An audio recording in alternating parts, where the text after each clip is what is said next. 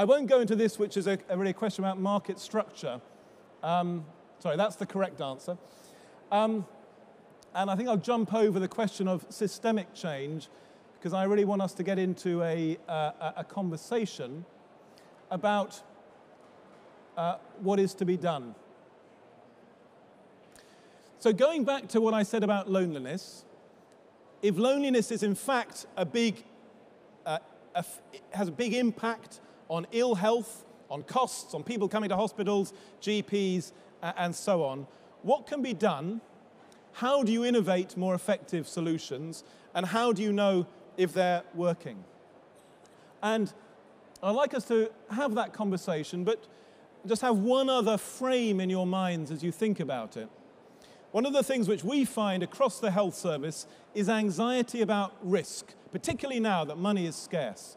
Should you only be backing things which are very ready to go into effect, where you can guarantee they'll release cash, they'll achieve a measurable result? Or do you go for the big impact but long-term options? Again, any answers here?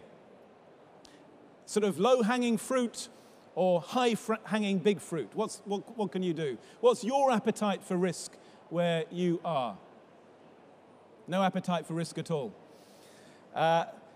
I mean, I think that the answer, in a way, if you have power and money, should be that you try and support a portfolio of projects, some of which are quite low risk, but probably not very high impact, but also to have some which are potentially much higher impact, but probably higher risk and take longer to come to fruition. If you're doing nothing at that top right-hand corner, high risk, high impact, you won't have a big effect over 5 or 10 years. But if you only have things there, you probably won't have your job in a year's time.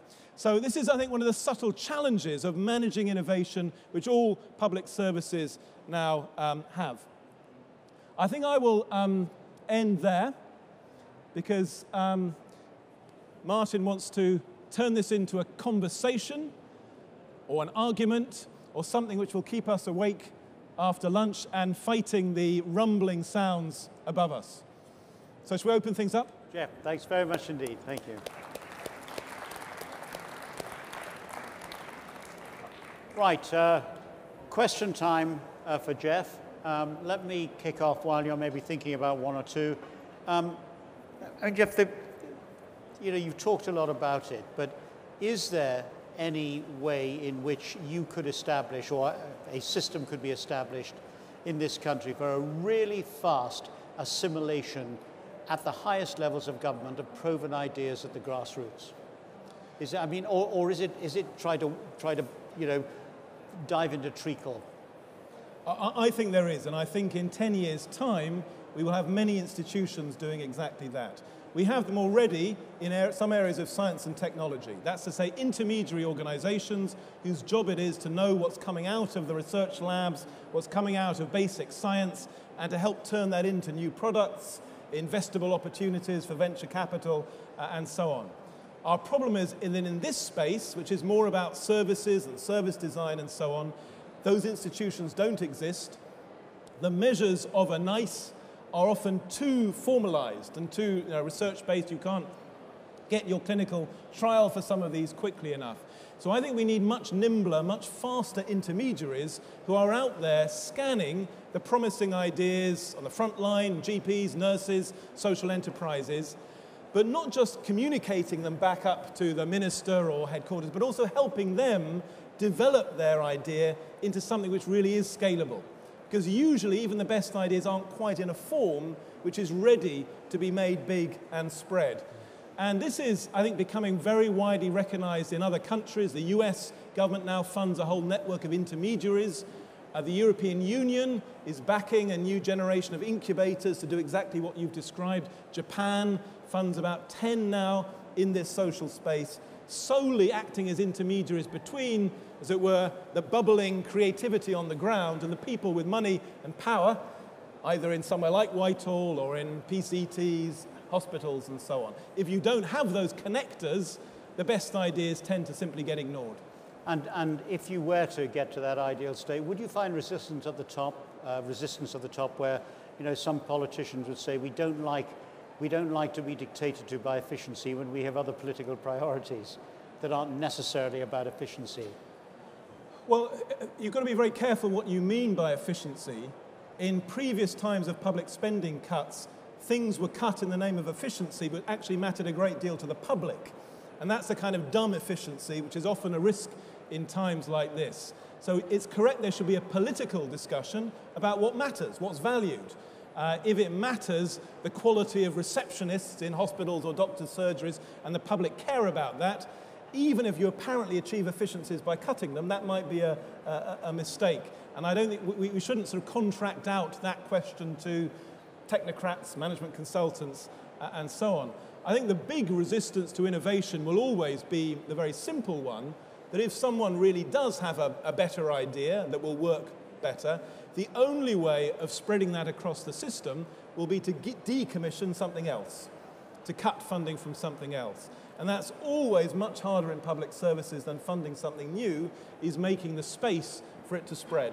And that will be as difficult for politicians and managers as it will be for doctors and hospital administrators. Do you think there is something latent within the political system that is resistant or wants to criticize the kind of change that the health service is going through at the moment? And it's that same kind of blocking mechanism, as it were, that maybe stopped the Blair government picking up Frank Field's ideas for the NHS, which a lot of people said should have been grasped, but which were stopped allegedly by Gordon Brown. I mean, you were there, so you sort of, I mean, I don't want to talk about the politics of that. I just want to know whether there is inbuilt into the system a resistance to the kind of change that Andrew Lansley is now finally driving through. Well, I actually think the world of health has a very important sort of idea about ideas which would be rather useful to be adopted in politics. And the simple idea of medicine is if you've got a good idea, don't try it out on the whole population at once. Try it out on a small group, see if it works. Most things you try out won't work. Only spread the things which do work. And I often worry that in politics there's almost too much appetite for certain kinds of big risk, big policy changes, big structural changes, which aren't tried out, aren't experimented with, as well as resistance to very good ideas as well. And if you're reforming whole welfare systems, much better to try your ideas out in a few places, because almost certainly what happens will not be what you expect to happen. I mean, the government say that's what they're doing. You know, we've got the Pathfinder project. Yeah. You've got, and they have tried, over the last few months to try to get some things going, and they've done some testing when they're in opposition and so on and so forth. Yeah. So that's all.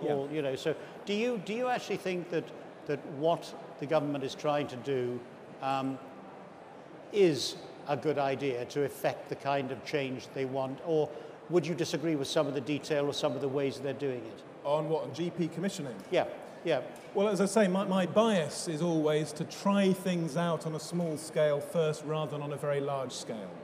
It just seems a more intelligent way of doing change. But I can understand why ministers in a hurry might think otherwise. And I think this point about trying things out particularly applies in those areas where we don't actually know what works. So I mentioned loneliness, because if you did decide as a GP or a PCT or whatever it would be to make reducing loneliness a priority, and I think in 5 years' time this will be absolutely mainstream for health services, in fact there are no models for you to adopt.